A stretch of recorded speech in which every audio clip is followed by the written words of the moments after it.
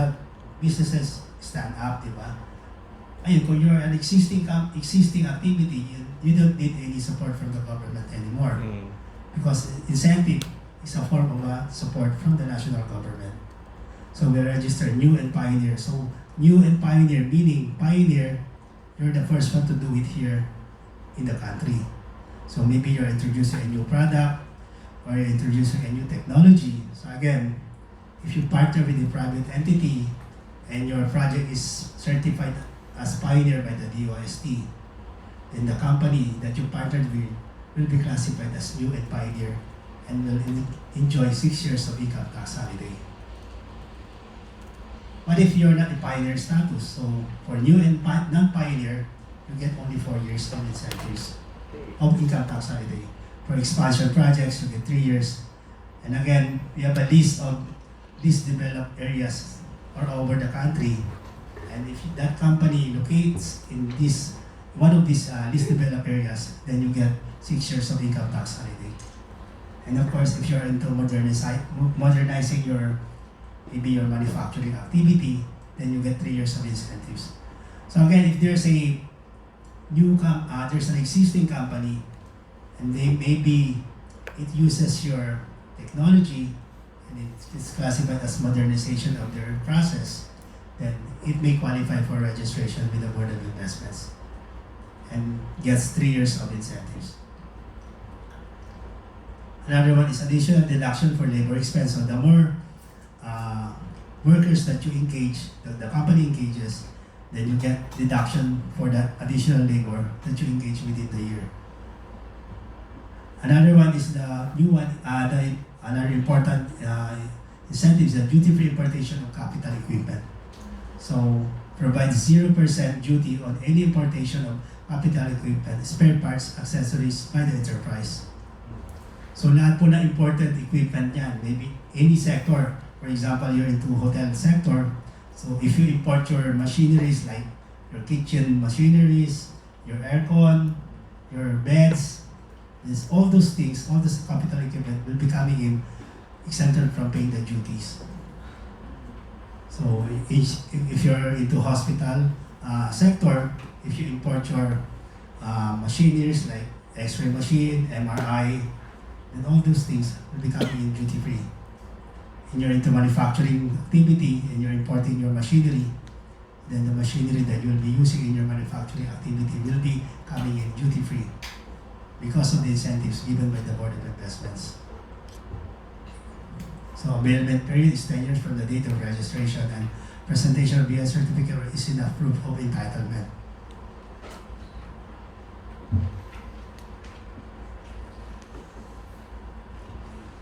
So another one is tax exemption of breeding stocks and genetic materials. So for example, you're into agriculture and then you want to upgrade your genetic materials, then you import these genetic materials. So those will be coming in tax exemption, tax and duty-free exemption coming in the benefits. And then if you're into manufacturing, so you get tax credit for your VAT. So only companies registered as exporters and tax credit certificate will be used to pay incurred taxes for raw materials only. So another one is tax and duty-free importation of consigned equipment. So on difference kanina, you buy the equipment, then the equipment that you bought will be coming in duty-free. But if that equipment is only consigned to you, maybe you have a partner company abroad, and then that company will consign the equipment to you, and that equipment will be coming in tax and duty-free.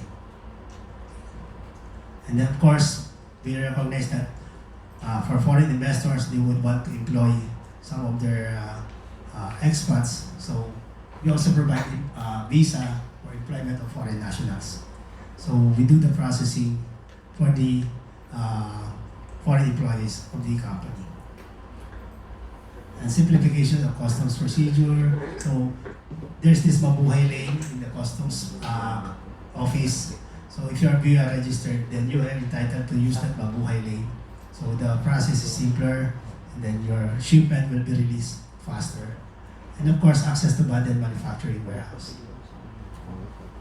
Okay, basically, those are the services of the pre-investment phase of the Board of Investments, and these are the activities that we incentivize through the IPP or the Investment Priorities Plan. Okay. That'll be all. Thank you.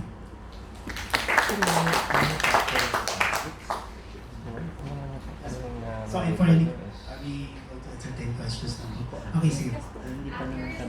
So, for the investors who are asking for your assistance, ano po yung investment range normally nila or yung tinutulungan niyo po? Okay. Parang For registration for all any... No, like if I'm an investor, I want to look for Okay. some invest. May specific range. Okay, sir. Okay, ma'am. So, let me be clear that we are not pro-big. We are not biased against big businesses. Even that's why we also have a special program for MSME. So for registration process, it's usually 20 working days. But because we want to encourage MSMEs to register with BOI, right now we have a program where if you are an MSME, it will take about 3 working days for the registration of your project. So we assist even the small ones. So, pwede po sila mag-register with us. And again, pag may there are small businesses who want to partner or looking for funds, then we also assist them. So, we are not biased or we are not pro-big. So, we assist all kinds of investors, foreign or domestic. Sir, Yes, sir. clarification lang sa process. When we register, does it mean that parallel sila sa SIC registration sa BOI registration? Although that will be discussed by Ms. Mel, as I said, sir, so we only register new projects. So basically, those projects that have not started operations yet. So again, it could be parallel registration with SEC and BOI. Okay. Yes, sir. So do you have, for example, your forms on how to register? Do you have it on a website? Yes, sir. We have a website. So we have a checklist of the requirements, and we also have the application form in our website, sir. So basically, if you're starting a business, there are these requirements. So basically, those are also our requirements. Hindi ho mahirap mag-register with the Board of Investments. And then Yes, sir. additionally, how does the registration process usually take? How long? 20 working days, sir. But Ms. Mel will be discussing it in details. Okay. Okay. Again, yes, sir. Sir, for example, yung sa amin po kasi yung category namin is education. Pero kami po kasi yung manufacture. Kayo po yung nag-manufacture nung Yes. project ni sir. Opo. Pero hindi pa kami large. Parang in the future, parang hindi pa namin kaya ngayon na kunwari mag-large scale. Pero in the future pa kami for example, yung magpo-procure ng mga Right. lalaki. Para mag-grow, para lumaki yung negosyo ni sir. So, basically, sir, you're saying na you need funding for that. Or hindi naman, sir. Or mag-a-apply po ba sa amin yung mga incentives? Yes, sir. Kasi you're into manufacturing, di ba? Ma'am? Kahit na small Yes, sir. scale. Yes, sir. As I said, na-mention ko kanina na even MSME or micro small enterprises, mas mabilis pa nga ho yung registration. 3 working days lang po sa amin. So, siguro po sa department po namin kasi we have this joint venture scheme na marami po kaming mga investor na naghahanap po ng projects talaga. So maybe we can link you to them. Just tell us anong sector yung gusto nyo. Kung gusto nyo yung targeted.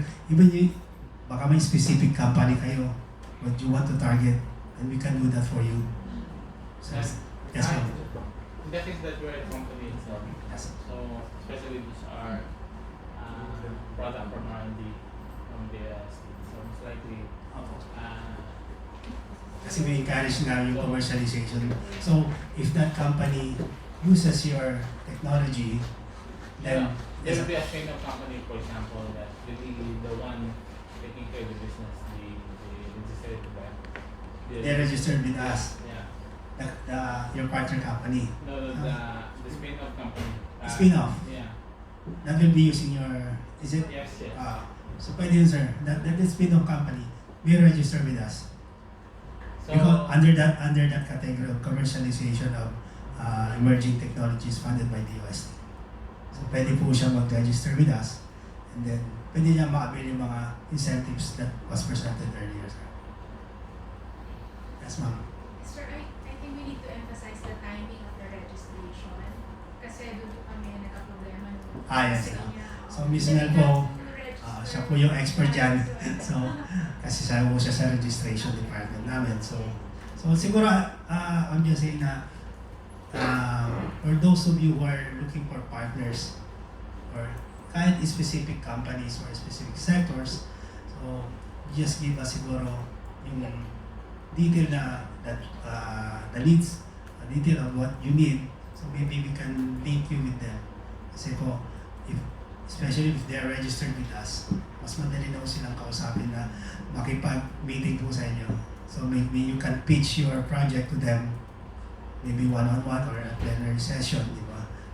So, di ba may program kayo, I think at the end of your program na there's a pitching activity that will be done. So maybe pwede kami sumali doon, kasi sinasali ko lang kayo, office namin. We try our best na pag may mga specific companies that you want us to link you with, then maybe we can invite them. Yes, sir. So how do you qualify government-funded technology? Like for our case, sir, we're a government school, state university. Lahat po ba na? Kasi specific po yung sir, di ba? Yung kanina.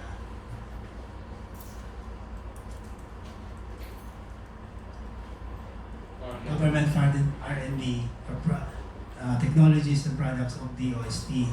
So, pag government kasi tinanong ko na po yung namin, department concerned who is registering these kinds of activities. Unfortunately, wala pa raw silang nare-register until now. So siguro yun nga po, maybe lack of information or maybe yung lack of linking with the other investors.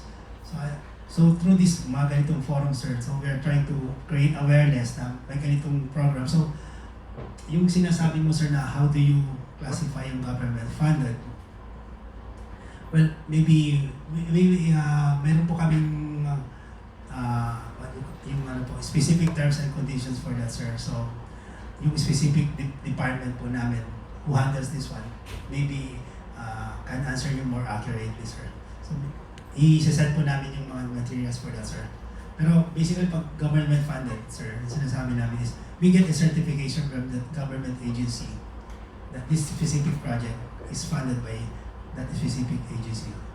Yun po yung ginagawa po namin. In our case, sir, we're state university. State university, sir. So, output ng R&D namin is funded by the university. By the university itself, sir. Maka-qualify ba siya as government-funded R&D? Yes, sir. SUC, even sir, basta ho, national or regional offices, basta as long as it's a government agency, sir, we classify that as a government-funded project, sir. Yes. Hey sir, do you have like a separate category for startup or spin-off in regards to this investment vehicle? Because, for example, we have a pool of investors, but are they willing to invest in startups that have a high risk profile as compared to well-established businesses? Or basically, I just want to ask if you have a separate category for startup or spin-off. As against double established Yes. ones. No, for startups, sir, kasi kanina maybe I presented, meron ako. We really don't have any specific group for startups, sir. As long as, again, very strict po kami, as long as your activity is listed, so it doesn't matter if you're a startup or a established group. Basta you're in the list in your activity, sir, that you're qualified to be registered with the Board of Investment, sir. Sir, Sige. lang.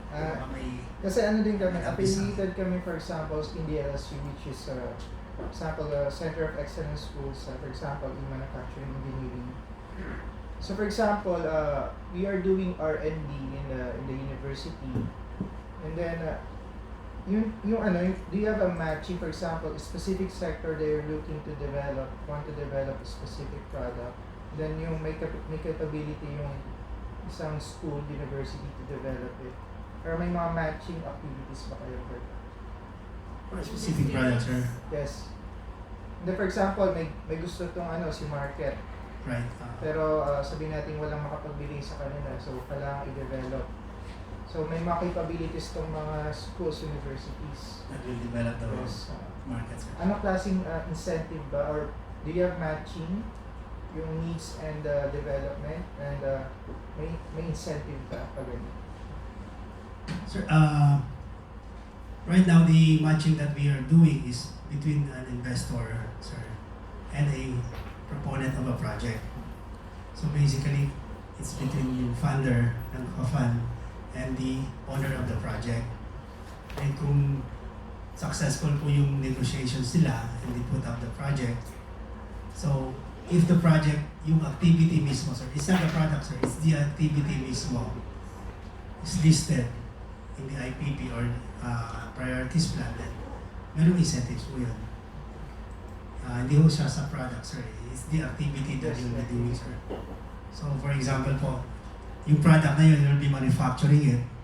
So, you'll fall under the manufacturing sector. So, pwede ka mag-register with BOI. Yes, sir. Yeah.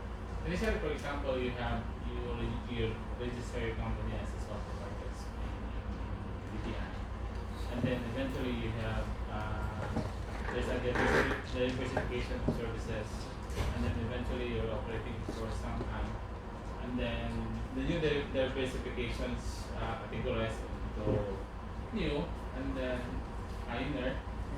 So will it be okay? Or Yes, sir, because we register the activity, sir. We don't register the company. So meaning, okay. a company can have as many registration as its activities. So for example, like San Miguel, marami siyang activities, and all those activities fall under these categories po. Then separate registration po kami per activity. So your incentives will be given on a per activity basis. So if you're manufacturing this kind of product, you're registered with that. That's a registration with us, and then you manufacture another product that will qualify under manufacturing, then you get another registration. So basically, you have to have a separate books of account for your different services. It should be. Yes.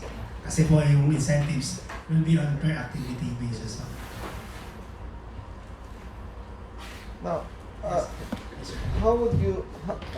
Yes, that's for the activity. Now, when it comes to, we have now a product that is commercialized based on that activity. Yes.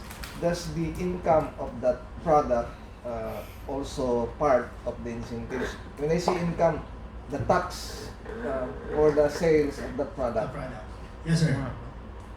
So it's really up to you if you're partnering with the company that will produce the product using your technology.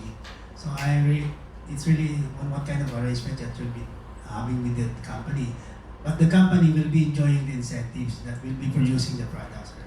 Okay, in our case, we are a startup company. Okay, sir. So it's still the same us, the company that will sell that product also. So it's automatically to the startup company. So you'll be selling your product, sir. Yes. That you will be manufacturing it, you will be Yes. selling it. Then you will be the one who will enjoy the incentives, sir. Okay. Your startup company will be the one who will enjoy it. Because the company that will be registered with BOI, the company name, that will be the one who will enjoy the income tax. And also the importation of equipment.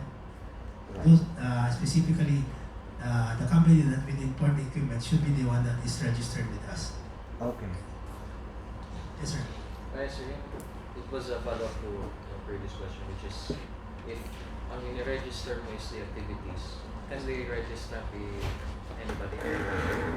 For example, yung binigay na example ni Robert, if it's a university seeking, ewan ko why a university would want to, but can a university, for example, register? That's right. If it's a private entity, Kasi most of is the business of the university. as long as you're paying tax. Kasi ang ano po yan is what's the rationale of registering with BOI kung if you don't have a revenue stream naman, if you don't have any income, so you will be enjoying the income tax holiday. So basically, that's why in your registration, we also want you to submit your revenue stream with us para malaman po namin kung saan manggagaling yung income mo. Lalo na pag multiple activities ka, you have to separate your revenue stream from the registered activity with us. Meron kang segregated income statement basically for your registered and unregistered activity. That includes associated services related to particular productions of that particular product.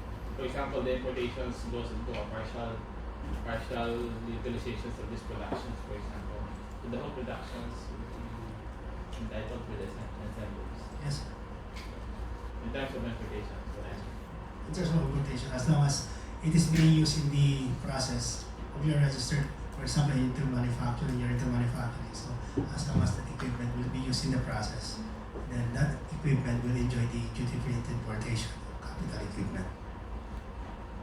So lahat po ng mga involved in the processes kasama po sa for example, for existing logistics company, for example. existing. Okay. Yes, and then you disrupt some particular services out of this logistics, somewhat like bus company, for example, and then you provide the services, offering the fresh scheme that's new to them, providing added value to the whole value chain in terms of logistics.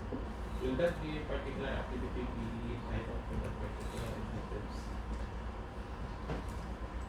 For But, example, yes sir, the passengers Apo. is just only for passengers, and then there will be some additional value that put into the this to carry out some goods, for example, with some other value added services. as long as that value-added services is different and distinct from your existing service that you're Yeah. providing, Yeah. and there's a revenue stream for that, then it's registrable with BOI. Yeah.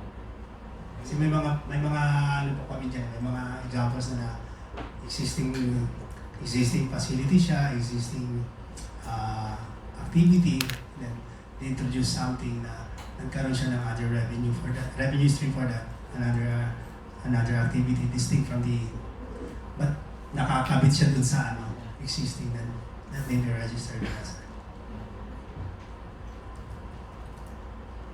Siguro for registration purposes na more detailed discussion and yung qualification of your company to be registered with us, I think Ms. Mel would be the proper person to discuss that. So, Ms. Mel. Thank you.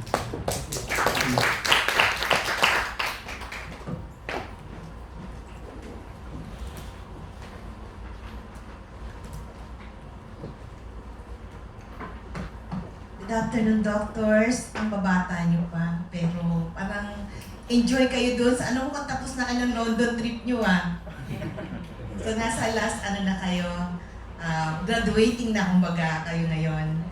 So as mentioned by June, BOI registration is just an option.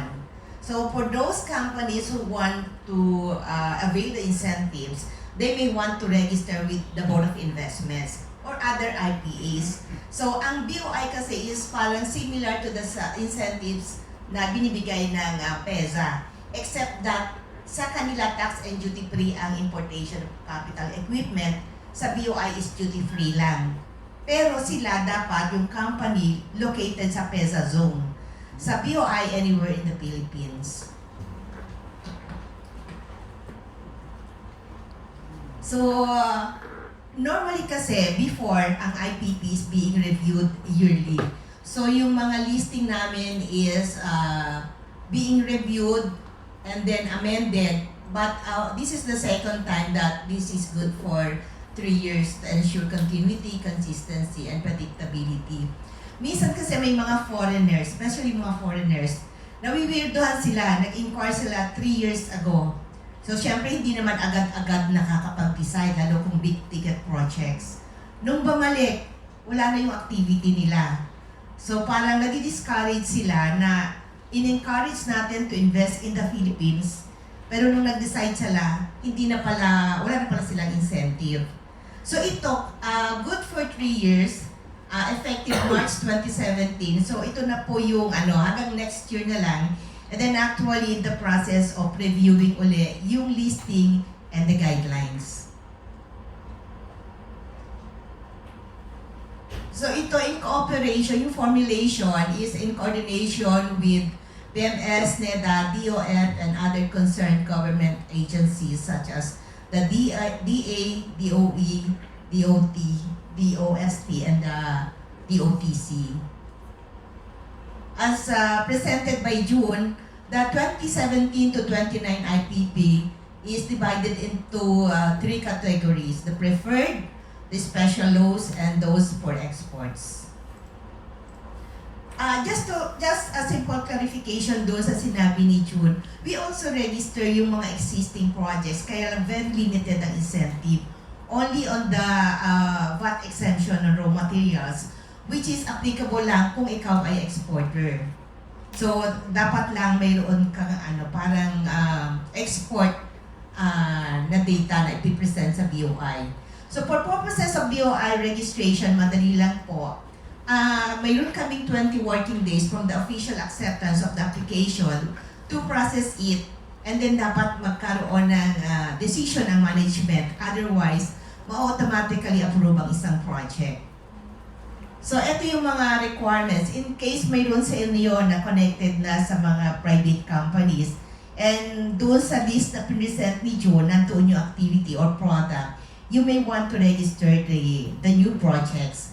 So, only the accomplished application form, signed and notarized, a copy of the SEC registration for corporation or DTI registration in case of sole proprietor, and then the latest general information sheet, a board resolution authorizing the officer to transact with the BOI.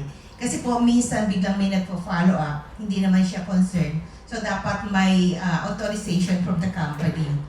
Kasi minsan may mga parang confidential information na hindi pwedeng ipakita sa iba kung hindi sila authorized. And then the latest audited financial statements kung existing na ang company. Kasi nga po, ang inire-register natin is on a per project basis. Kaya yung sinasabi ni June kay Rolling kanina, a company may have as many registrations, depende kung iba-iba yung mga activities. So, mayroon na siyang financial statements. And then yung bago po is, bagong requirement kasi yan is the integrity pledge. Mayroon po kaming format